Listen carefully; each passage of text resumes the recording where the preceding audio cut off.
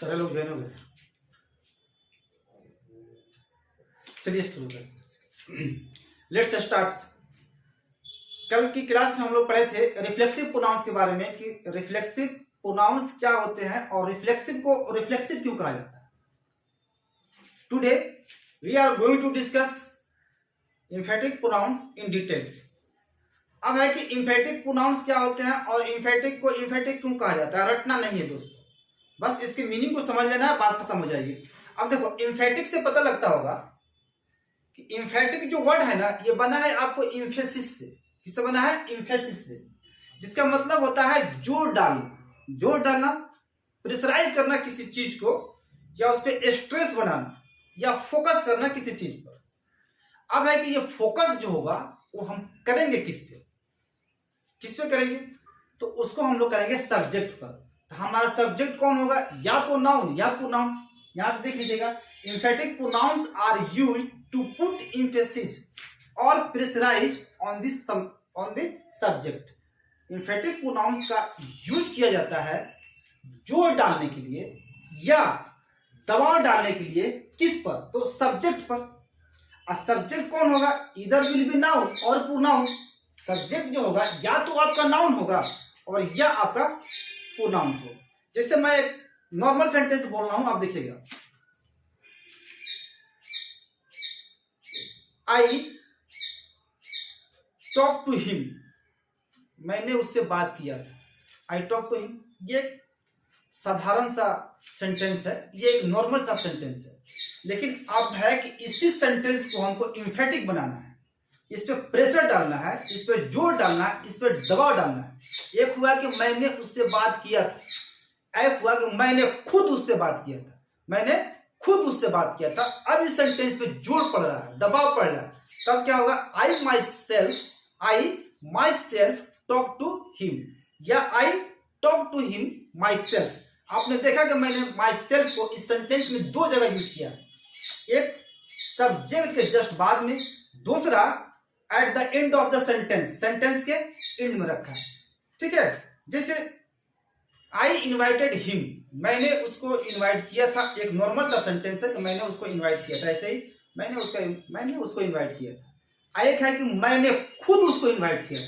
तो सेंटेंस पे क्या हो रहा है ना, जोर पड़ रहा है, मैंने खुद उसको इन्वाइट किया था। अब यहाँ पे क्या हो जाएगा? आई माई सेल्फ इन्वाइटेड हिम, मैंने खुद उसको इन्वाइट किया था। तो सेंटेंस पे जोर डालने के लिए हम क्या करते हैं? इम्फेटिक प्रोनाउंस को हम लोग यूज करते हैं। अब कंफ्यूजन पॉइंट कहां पे है, देखो,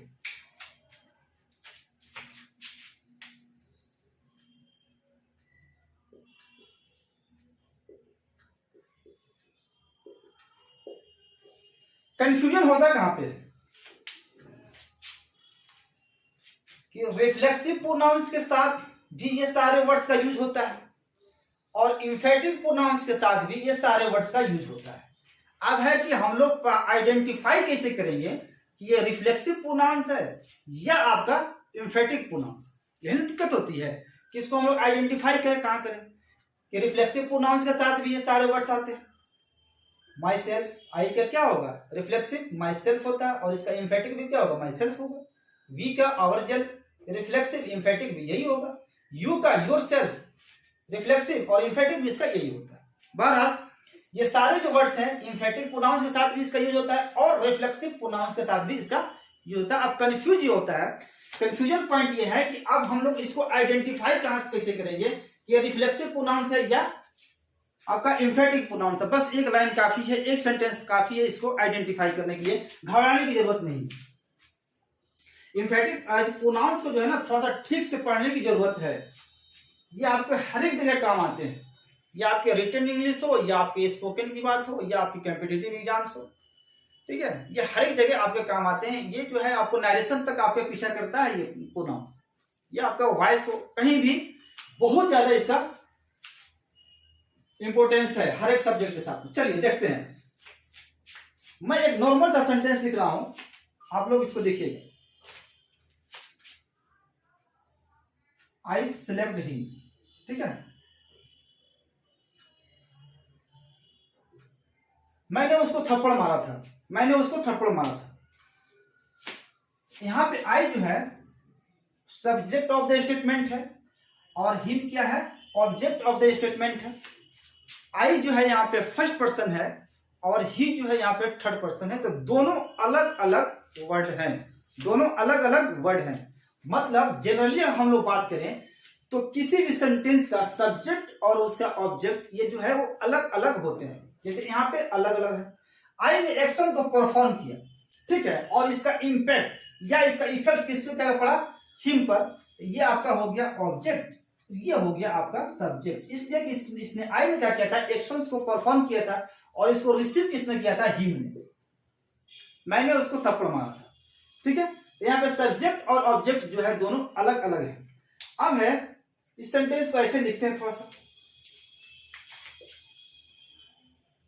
आई स्लेप्ट माई सेल्फ, मैंने खुद को थप्पड़ मारा था, उसको नहीं, मैंने खुद को थप्पड़ मारा था। ये हो गया मेरा थप्पड़, मैं यहां पे खड़ा हूं और मैंने खुद को थप्पड़ मारा। बताओ एक्शन किसने किया, मैंने। इसको रिसीव किसने किया, इसको रिसीव किसने किया, मैंने किया।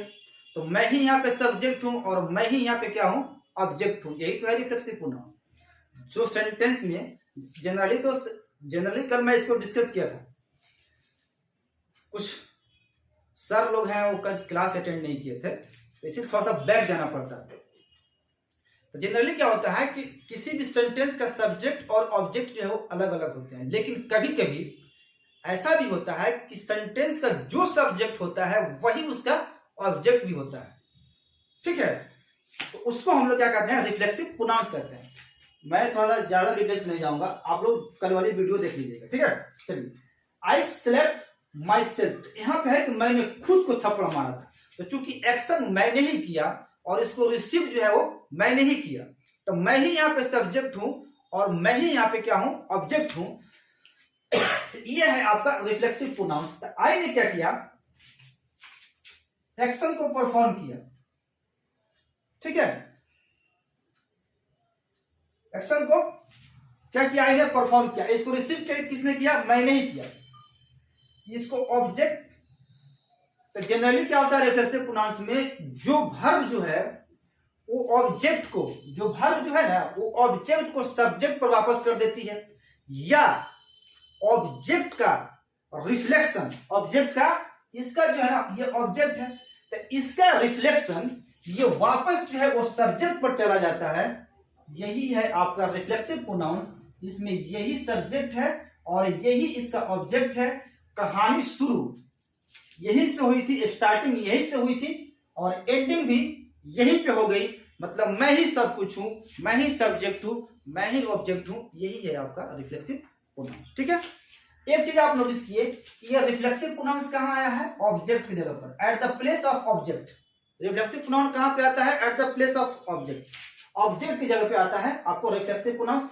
यहां पे ये क्या है, आरएफ है, मतलब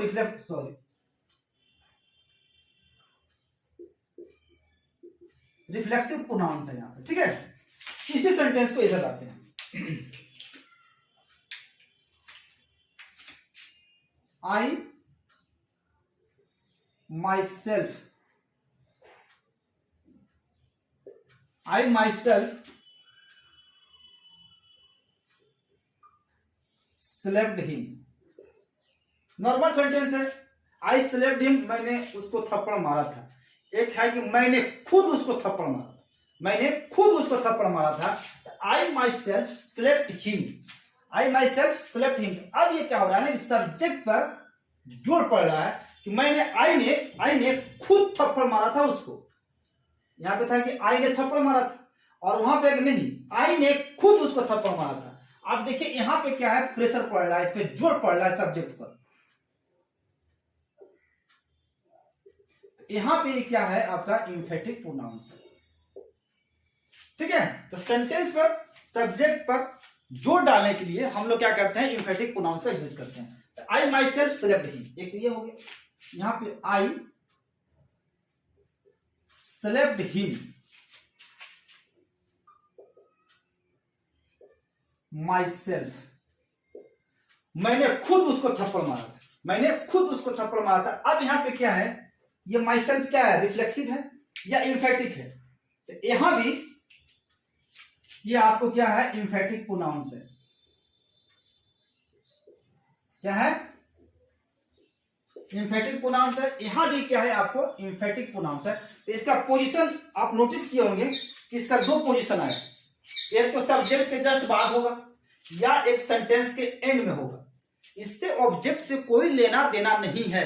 इसको ऐसे हम नॉर्मल सेंटेंस क्या होगा, इसका साधारण सेंटेंस क्या होगा, आई स्लेप्ट ही, मैंने उसको थप्पड़ मारा था, ये साधारण सेंटेंस हो गया। अच्छा ये बताइए, यहां से मैंने माई सेल्फ को यहां से रिमूव किया और फिर मैंने यहां से भी इसको रिमूव कर दिया, हटा दिया, और मैंने इस सेंटेंस को ऐसे लिखा, आई स्लेप्ट हिम। ये सेंटेंस कंप्लीट है या इनकम्प्लीट है, करेक्ट है या इनकरेक्ट है? ये सेंटेंस जो है करेक्ट है। क्यों? यहाँ पे सब्जेक्ट भी है, वर्ब भी है और ऑब्जेक्ट भी है, और पता चल रहा है कि क्या हुआ था, मैंने उसे थप्पड़ मारा था, मैंने उसे थप्पड़ मारा था। तो ये आपको एक कंप्लीट सेंस दे रहा है, इनकम्प्लीट सेंस नहीं दे रहा है। ये आपको क्या कर रहा है, एक कंप्लीट सेंस दे रहा है। तो सेंटेंस में आप इम्फेटिक प्रोनाउन लिखें न लिखें, इससे ग्रामर को कोई फर्क नहीं पड़ता है, इसके सेंटेंस पे कोई फर्क नहीं पड़ता है। आप लिखिए न लिखिए, it's totally depends on you. ये टोटल आपके ऊपर डिपेंड करता है कि आप सेंटेंस को कितना मजबूत बनाना चाहते हैं या नहीं बनाना चाहते हैं। इससे ग्रामर पे कोई फर्क नहीं पड़ता। ये नॉर्मल था, मैंने यहाँ से दोनों को हटाया, यहाँ से भी माई सेल्फ को हटाया और यहाँ से भी मैंने माई सेल्फ को हटा दिया। सेंटेंस फिर भी हमारा करेक्ट है, ठीक है, नॉर्मल सेंटेंस है, यहाँ पे कोई दिक्कत नहीं है। अब है कि एग्जाम्स में क्वेश्चन आपसे कैसे पूछेगा एग्जामिनर, ये देखना है आपको, ठीक है। आप एक चीज नोटिस किए, क्या आपको नोटिस किया, इम्फेटिक प्रोनाउंस कहां पे आएगा, या तो सब्जेक्ट के बाद, जस्ट बाद, या सेंटेंस के एंड में भी आएगा। इस सेंटेंस में रहे नहीं रहे उससे कोई फर्क नहीं पड़ता है। लेकिन सीडीएस वाले लोग अलर्ट हो जाइएगा कि आपका जो 10 मार्क्स का जो आपके एग्जाम्स में पूछता है पार्ट्स ऑफ स्पीच से क्वेश्चन, वहां पूछ सकता है कि यहाँ पे बताइए ये रिफ्लेक्सिव है, ये इम्फेटिक है, ये क्या है क्या नहीं है। कुछ और आगे चल के कंफ्यूजन पॉइंट होगा, उस एक एक चीज को हम लोग क्लियर करेंगे। तो थोड़ा सा नोट लिख लीजिए, आप नोट में लिख लीजिए, emphatic pronouns are placed either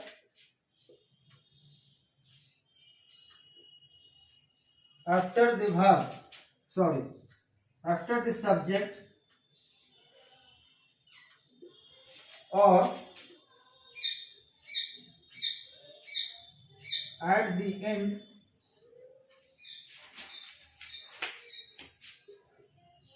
of this sentence, ठीक है।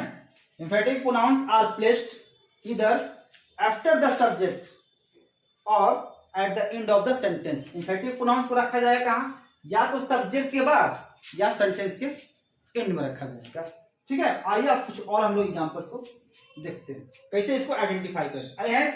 अगर बात समझ में आ गई तो यहीं पे सारा मामला खत्म हो गया, कोई दिक्कत नहीं है।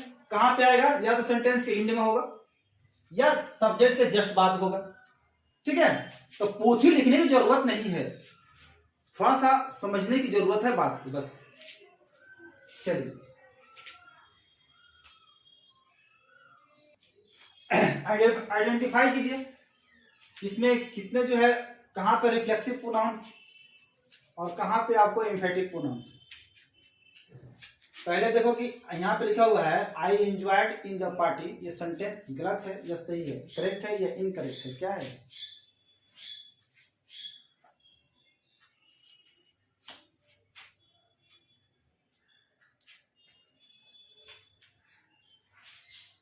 शुभम कुमार सही है। अच्छा, कल क्लास अटेंड किए थे क्या? नो सर, ठीक है, खूब चलाइए फेसबुक। सेंटेंस क्या है, ये गलत है, इनकरेक्ट है। क्यों है? देखो, बोलचाल की भाषा में हम लोग जो रोजमर्रा की जो हमारी जिंदगी है, हम लोग जो चीज बोलते हैं, ये कंपलसरी नहीं है, ये जरूरी नहीं है कि जो आप बोलते हैं वो ग्रामेटिकली जो है वो करेक्ट है, वो सही है। तो आप बोलिए ना, आप रोड पे बोलिए, जहां आपकी स्पोकन क्लास है वहां बोलिए, लेकिन उसकी लिमिट जो है ना वो वही तक है, उसके बाहर उसकी दुनिया नहीं है।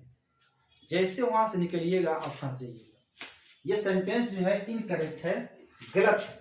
क्यों गलत है? इसके पीछे रीजन है क्यों गलत है। इंग्लिश में कोई भी चीज आपको एक्सेप्शन नहीं है, अपवाद नहीं है। अगर कुछ है तो उसके पीछे रीजन है, उसका कारण है, समझे। बहुत सारी किताब में देखिएगा कि लिखा हुआ कि ये अपवाद है, ये अपवाद है, ये अपवाद है। कुछ अपवाद अपवाद नहीं होता है, समझे। जिसकी नॉलेज कम है वो कह देता है अपवाद है, समझ में बात नहीं आया तो कह देता है अपवाद है। चलो फिर, आई इंजॉयड इन द पार्टी। मैंने पूछा बताओ ये इंजॉयड का ऑब्जेक्ट कहाँ है, ये इंजॉयड का ऑब्जेक्ट कहाँ है। तो यहाँ पे जो है इंजॉयड का ऑब्जेक्ट जो है वो नहीं है। यहाँ पे ये जो पार्टी देख रहे हैं, पार्टी, ये तो प्रीपोजिशन का ऑब्जेक्ट है। ये इन क्या है यहाँ पे, प्रीपोजिशन। क्योंकि क्या है, ये प्रीपोजिशन है और ये प्रीपोजिशन का ऑब्जेक्ट है ना, ये पार्टी, ये इसका ऑब्जेक्ट है। इसका ऑब्जेक्ट कहाँ है, इसका मतलब सेंटेंस इनकम्प्लीट है, आपको गलत है।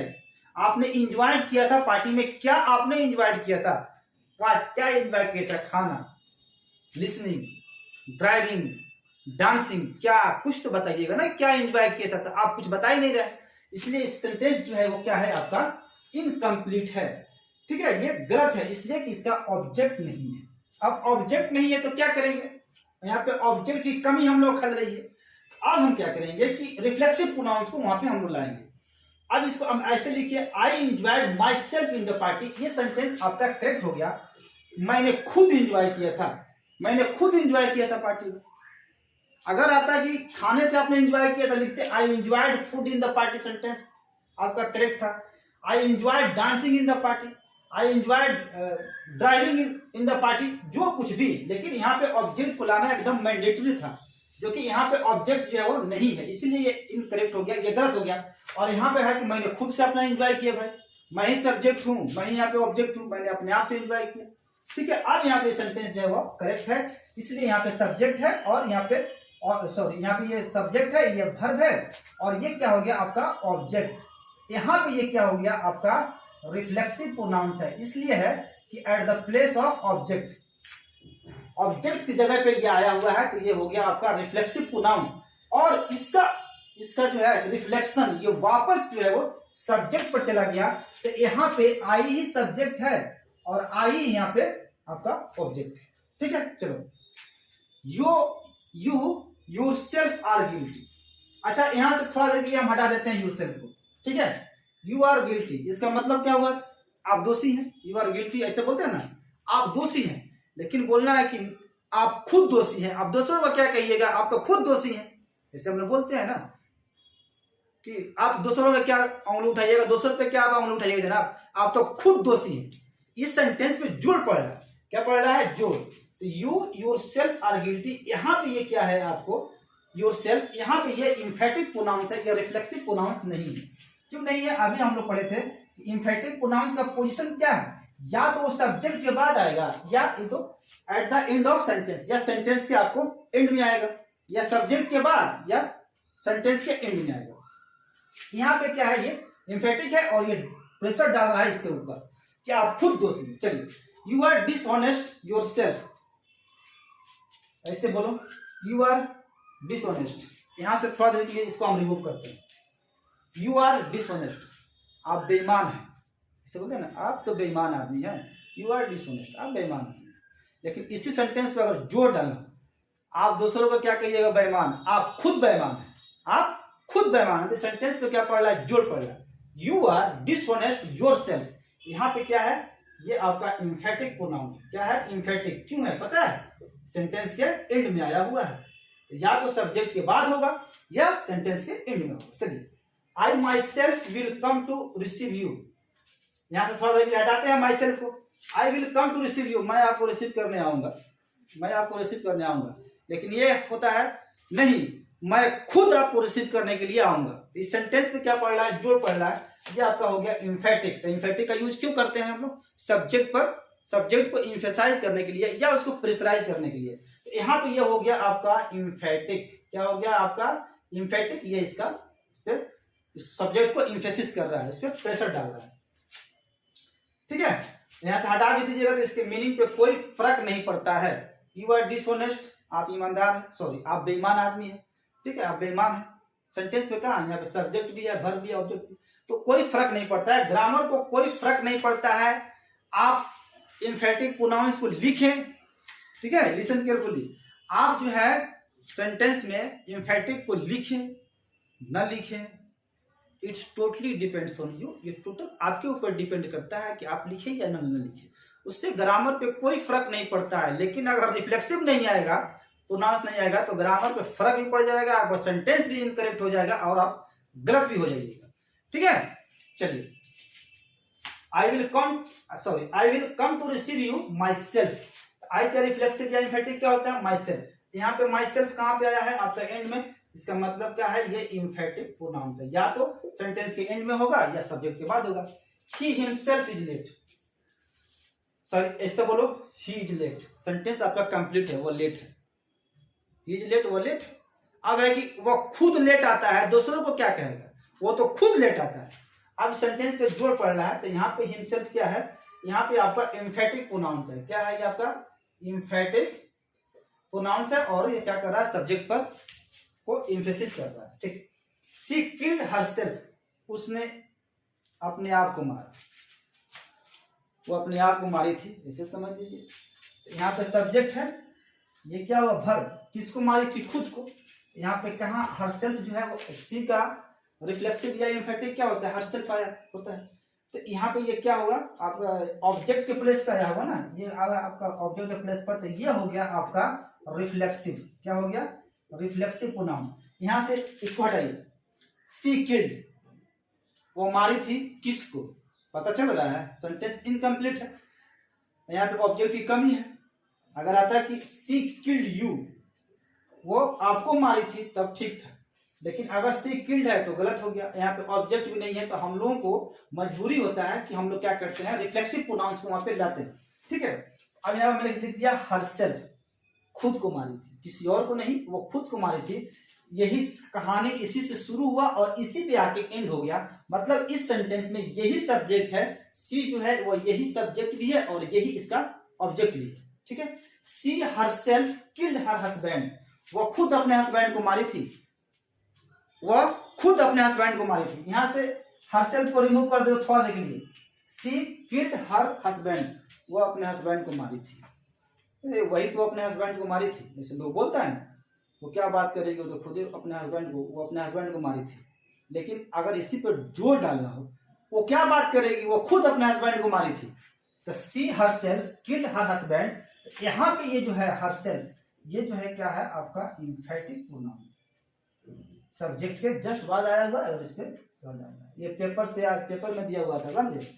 वो अपने हस्बैंड को मार भी दी और थाना भी पहुंच गई। क्या है कि इसका भाई मारा है सर, हमारी थी, वही बेचारा सोया हुआ था, हजार गणासी से उसको काट दी। बताओ कितना खराब जमाना आ गया, बच के रहना है, ठीक है। कभी भी कुछ हो सकता है, जमाना बहुत खराब हो गया है, ठीक है। चलो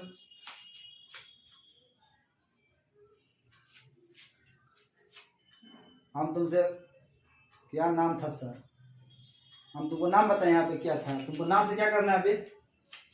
चल अपना पढ़ाई कर। मैं बताया तो कि हमारी थी, मार दी। चलो, the doctor is on leave, तुमको ज्यादा डर लग रहा है। चलो, the doctor is on leave of 3 days himself. यहां से इसको हटाइए, चलिए यहां से इसको हटाइए, यहां से हटाइए। The doctor is on leave of 3 days, doctor जो है वो 3 दिन की छुट्टी पे है। The doctor is on leave of 3 days, तो doctor is on leave of 3 days, doctor जो है 3 दिन की छुट्टी पे। सेंटेंस पे कोई फर्क पड़ रहा है, इससे ग्रामर पे कोई फर्क पड़ रहा है, सारा चीज इसमें अवेलेबल है, सब्जेक्ट भी है, वर्ब भी है, ऑब्जेक्ट भी है, सारा चीज मेंशन किया हुआ है। लेकिन अब इसको जो है, इस पे क्या करना है? प्रेशर डालना है, ठीक है। इस पे जो है प्रिसाइज करना है इसको, या इसको एम्फेसिस करना है सेंटेंस को। तो हमने लिख दिया doctor is on leave of 3 days himself. Himself, doctor खुद, डॉक्टर जो है वो खुद 3 दिन से छुट्टी पे है, 3 दिन से छुट्टी पे है। तो यहाँ पे हिमसेल्फ कहाँ पे आया है? आपको सेंटेंस के एंड में इसका मतलब है कि ये आपका इम्फेटिक प्रोनाउंस क्या है, emphatic pronounce.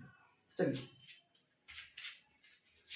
You your self find your strength, आप खुद अपनी ताकत को पहचानिए, अपनी ताकत को ढूंढिए, किसी और के पास जाने की जरूरत नहीं है। तो you your self find your strength, यहाँ पे ये जो है योर सेल्फ है, ये आपका क्या है, इम्फेटिक प्रोनाउंस है। क्या है, इम्फेटिक। क्यों है? तो इसलिए कि सब्जेक्ट के जस्ट बाद आया हुआ और उस पर इंफेसिस कर रहा है सेंटेंस को। ठीक है, तो सेंटेंस में इम्फेटिक प्रोनाउंस रहे या नहीं रहे उससे कोई मतलब नहीं होता है। ठीक है, उस पर ग्रामर पे कोई फर्क नहीं पड़ता है। दूसरी बात, इसका पोजीशन कहाँ हो, या तो सब्जेक्ट के बाद या सेंटेंस के एंड में। बात वहीं पे समझ में आ गई थी। तो ये तो सारा मैंने दिया था इसलिए कि आप आइडेंटिफाई कर लीजिए, थोड़ा सा आपको भी ये हो जाएगा। ऐसा इरर्स तो यहाँ पे देख के करेंगे, लेकिन स्टूडियस वाले लोग अलर्ट रहिएगा आप लोग पूरी तरीके से।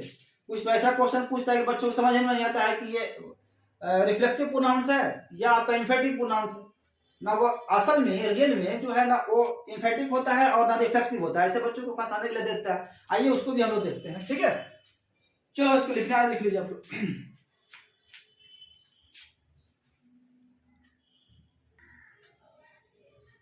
क्या हो गया, फिर से एक्सप्लेन करें? क्यों, क्या हो गया? जी कट गया था। अच्छा, यूट्यूब पे करना। अच्छा चलो देखो, कंपेयर यहाँ पे है, लिखा हुआ है कंपेयर।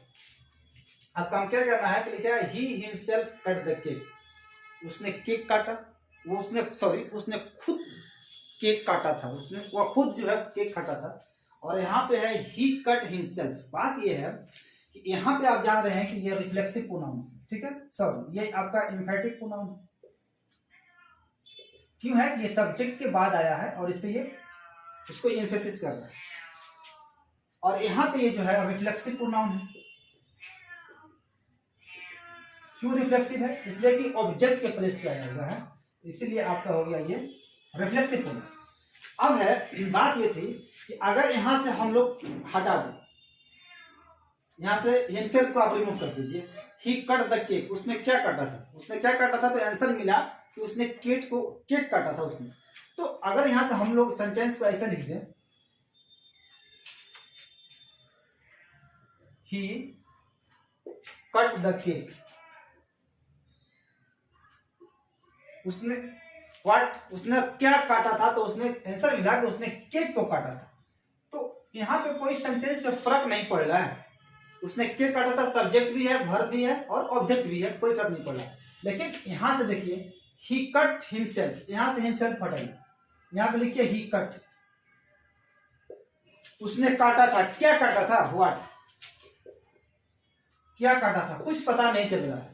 तो अगर सेंटेंस से इम्फेटिक प्रोनाउंस को हटा दिया जाए तो सेंटेंस पे कोई फर्क नहीं पड़ता है। लेकिन जैसे ही आप रिफ्लेक्सिव प्रोनाउंस को सेंटेंस से अगर आप रिमूव करते हैं तो सेंटेंस से फर्क पड़ जाता है और सेंटेंस आपका इनकम्प्लीट होता है और गलत हो जाता है। जैसे आपने यहाँ पे देखा, ही कट, उसने काटा था, व्हाट, क्या काटा था, कुछ पता नहीं चल रहा है। यहाँ पे लिख दीजिए ही कट हिमसेल्फ, ही कट हिमसेल्फ, उसने खुद को काटा था। अब ये सेंटेंस आपका कंप्लीट हो गया, आंसर मिल गया कि उसने अपने आप को ही काट डाला था। ठीक है, तो यहाँ पे देखिए लिख दिए हैं कि if we remove the emphatic pronoun from the sentence, अगर हम लोग सेंटेंस से इम्फेटिक प्रोनाउंस को हटा देते हैं तो there is no change in the meaning में कोई चेंजिंग नहीं होती है। ऑफ द सेंटेंस की जो मीनिंग है उसमें कोई चेंजिंग नहीं होती है। बट लेकिन जब when a reflexive pronoun is removed from the sentence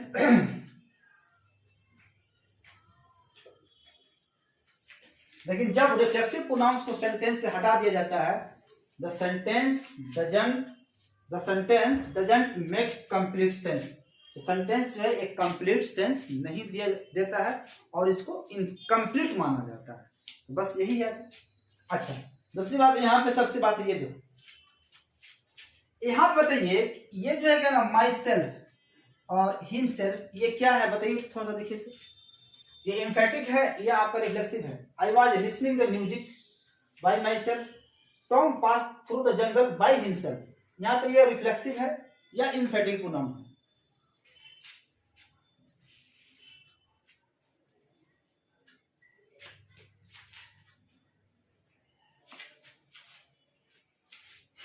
चलो एम्फेटिक प्रोनाउन नहीं है, तो यहाँ पे एम्फेटिक प्रोनाउंस नहीं है ये। मैं थोड़े बोला था कि बाई या उसके बाद सेल्फ आएगा, माई सेल्फ आएगा तो एम्फेटिक प्रोनाउंस हो जाएगा। मैं थोड़े बोला था, मैं ये बोला था कि या तो सब्जेक्ट के बाद आएगा या सेंटेंस के एंड में आएगा, लेकिन बाई का मैंने वहां पे कोई जिक्र नहीं किया था। इसको देखो तो, मैं म्यूजिक सुन रहा था खुद के द्वारा। मैं बाय सेल्फ का मतलब क्या होता है, खुद को, अपने आप को, तो मैं खुद के द्वारा जो है म्यूजिक सुन रहा था, ये कोई सेंटेंस हुआ ना। तो यहाँ पे ना ये रिफ्लेक्सिव प्रोनाउंस है और नहीं ये एम्फेटिक प्रोनाउंस है। याद रहे ये बाय वन सेल्फ क्या होगा, by oneself, by oneself. अब at the place of oneself कुछ भी आ सकता है, myself, himself, herself, itself, कुछ भी आ सकता है अकॉर्डिंग टू सब्जेक्ट, ठीक है। अब चूंकि वहां पे सब्जेक्ट यहाँ पे हमारा आई है, तो यहाँ पे क्या होगा, माई सेल्फ है, और यहाँ पे टॉम है, तो यहाँ पे क्या होगा, आपका हिम सेल्फ दिया हुआ है। तो बाय वन सेल्फ का मतलब होता है एलोन, मतलब अकेला। बाय वन सेल्फ एक वर्ड होता है, इसका मतलब होता है अकेला, मैं अकेला ही म्यूजिक सुन रहा था, ठीक है। वहां पे देखा रिफ्लेक्सिव है या इम्फेटिक है या बोथ है या नन ऑफ दीज, इसमें से कोई नहीं है, वहां पे लिख दीजिएगा नन ऑफ दीज, ठीक है। ठीक,